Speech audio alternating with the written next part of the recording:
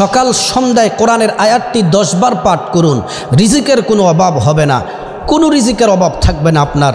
যদি সকালে সন্ধ্যায় আল্লাহর কোরআনের এই আয়াতটি যদি 10 বার যদি পাঠ করতে পারেন।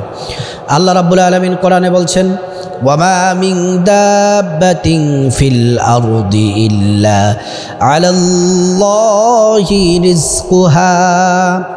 যত প্রাণী আছে আল্লাহ তাআলা প্রত্যেকটা প্রাণীর রিজিকের দায়িত্ব আল্লাহ তাআলা নিজের কাছে। প্রত্যেকের রিজিকের বন্দোবস্ত যিনি করে দেন তিনি হচ্ছেন আমাদের আল্লাহ।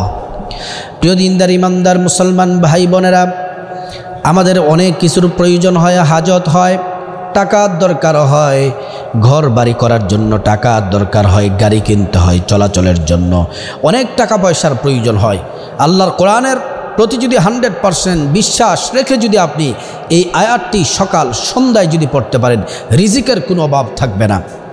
তার আগে আমি বলতে চাই, আল্লাহর রাসূল সাল্লাল্লাহু আলাইহি ওয়াসাল্লামের কাছে একজন সাহাবী আসলেন। ওই সাহাবী হচ্ছে হযরতে ওসমান রাদিয়াল্লাহু আনহু। হযরত ওসমান রাদিয়াল্লাহু আনহু আসলেন, আয়েশা বললেন, ইয়া রাসূলুল্লাহ, ইয়া হাবিবাল্লাহ, মায়ার নবীজি, দয়ার নবীজি, আল্লাহ তাআলা যেন আমার সম্পদ কমিয়ে দেন, এত পরিমাণে সম্পদ যে সম্পদের কারণে আমি ইবাদত বন্দেগী ভালোভাবে করতে পারি না। আপনি একটু বলে দেন কি কাজ করলে আমার সম্পদ কমে যাবে। আল্লাহ রাসূল বললেন, ওসমান, তুমি খাবার খাওয়ার সময় কি করো? বলতেছে, আমি বসে খাবার খাই। আল্লাহ রাসূল বললেন, না না, আজকে থেকে তুমি বাহনের পিঠের মধ্যে বসে বসে তুমি খাবার খাবে। হযরত ওসমান রাদিয়াল্লাহু আনহু চলে গেলেন বাসায়। খাবারের সময় হলো, তিনি বাহনের পিঠে চড়ে তিনি খাবার খান। যখনই তিনি খাবার খান, রাসূলুল্লাহ সাল্লাল্লাহু আলাইহি ওয়াসাল্লামের কথা অনুযায়ী তিনি বাহনের পিঠে চড়ে তিনি বসে তিনি খাবার খান। কিছুদিন পরে আল্লাহর রাসূলের কাছে আবার আসলেন। আয়েশা বললেন, ইয়া রাসূলুল্লাহ, ইয়া হাবিবাল্লাহ, মায়ার নবীজি, আমি আপনাকে বললাম যে আল্লাহ যেন আমার সম্পদ কমিয়ে দেয় এমন কিছু আমল দেওয়ার জন্যে, কিন্তু আপনার দরবার থেকে যাওয়ার পরে আমার সম্পদ তো কমেই নাই, আরও বহু গুণে আমার সম্পদ বেড়ে গেছে। আল্লাহর হাবিব বললেন, তোমাকে খাবার খেতে বলছি, তুমি কি বাহনের পিঠে বসে খাবার খেয়েছো? বলতেছি, ইয়া রাসূলুল্লাহ, ইয়া হাবিবাল্লাহ, মায়ার নবীজি, বাহনের পিঠে বসে আমি খাবার খেয়েছি।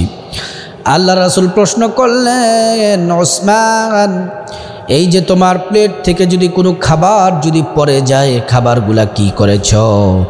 ওসমান রাদিয়াল্লাহু আনহু বললেন, যদি আমার প্লেট থেকে খাবার পড়ে যায়, আমি ওই খাবার তোলার জন্য বাহনের পিঠ থেকে আমি নিচে নেমে যাই, তারপরে মাটির থেকে খাবারগুলা তুলে আমি সেই খাবারগুলা খেয়ে নিই।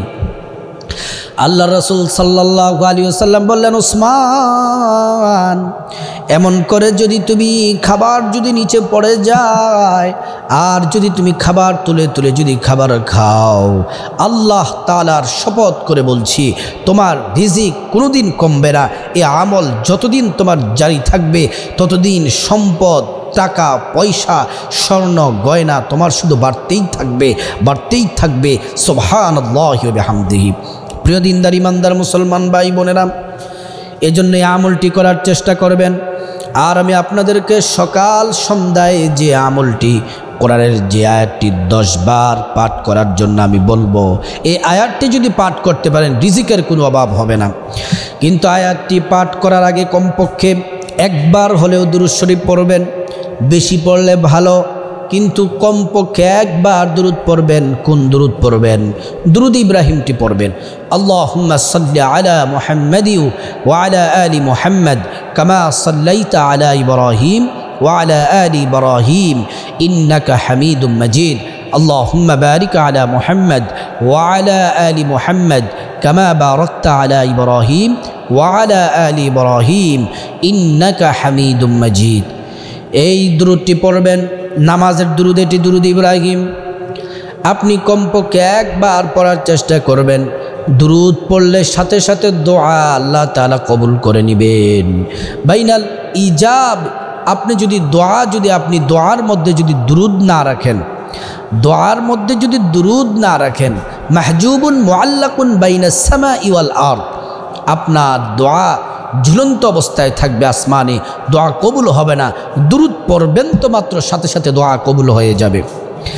আপনি যদি রাসূলুল্লাহ সাল্লাল্লাহু আলাইহি ওয়াসাল্লামের প্রতি একবার দুরুদ পড়েন, 10টি নেকি আল্লাহ তাআলা দান করবেন, 10টি গুনাহ আল্লাহ তাআলা মাফ করে দিবেন, 10টি মর্যাদা আল্লাহ রাব্বুল আলামিন বুলন্দ করে দিবেন। সুবহানাল্লাহ। সকালে 10 বার, বিকেলে 10 বার যদি দুরুদ পড়েন, ওয়াজাবাত লাহু শাফাআতি, আল্লাহর হাবিব সাল্লাল্লাহু আলাইহি ওয়াসাল্লাম আপনাকে সুপারিশ করে আল্লাহর জান্নাতে পৌঁছে দিবেন। সুবহানাল্লাহি ওয়া বিহামদি।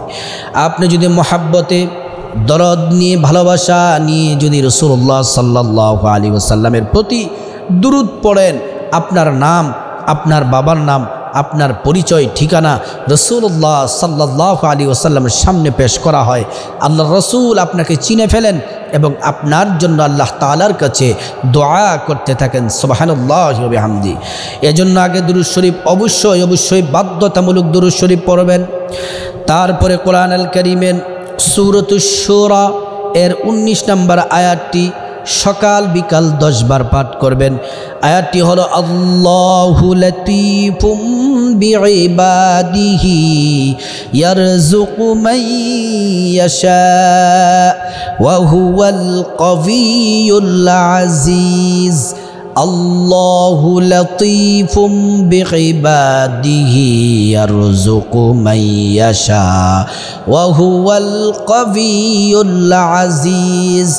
আল্লাহু লাতীফুম বিইবাদিহি ইয়ারযুকু মান ইয়াশা ওয়া হুয়াল কাবিয়্যুল আজিজ। কোরআনের এই আয়াতটি 3 বার পাঠ করলাম। আপনারা এমন করে শুদ্ধ করে 10 বার পাঠ করবেন সকাল বিকাল। আপনি যদি পাঠ করতে পারেন, আল্লাহর উপর পূর্ণ তাওয়াক্কুল রেখে পড়তে হবে।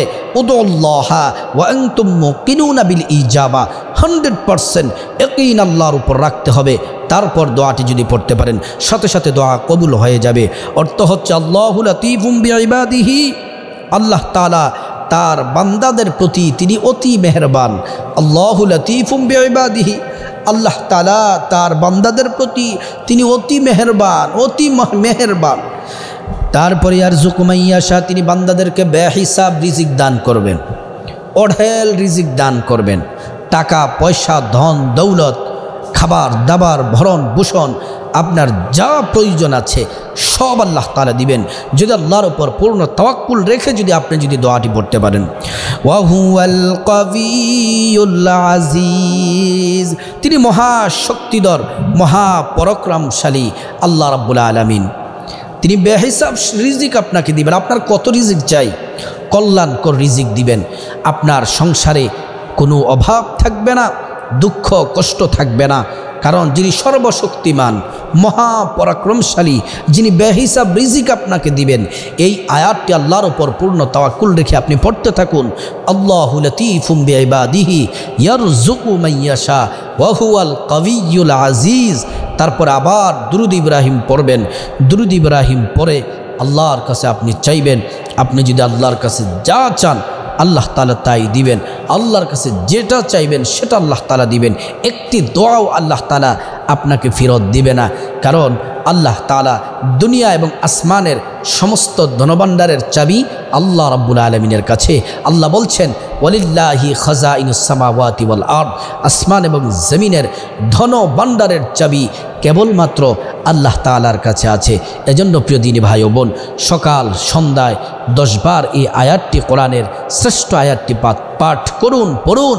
আপনার কোনো কিছুর অভাব থাকবে না। আল্লাহ পাক আমাদের সবাইকে সকাল সন্ধ্যায় কোরআনের এই শ্রেষ্ঠ আয়াতটি পাঠ করার আল্লাহ তাআলা তৌফিক দান করুন।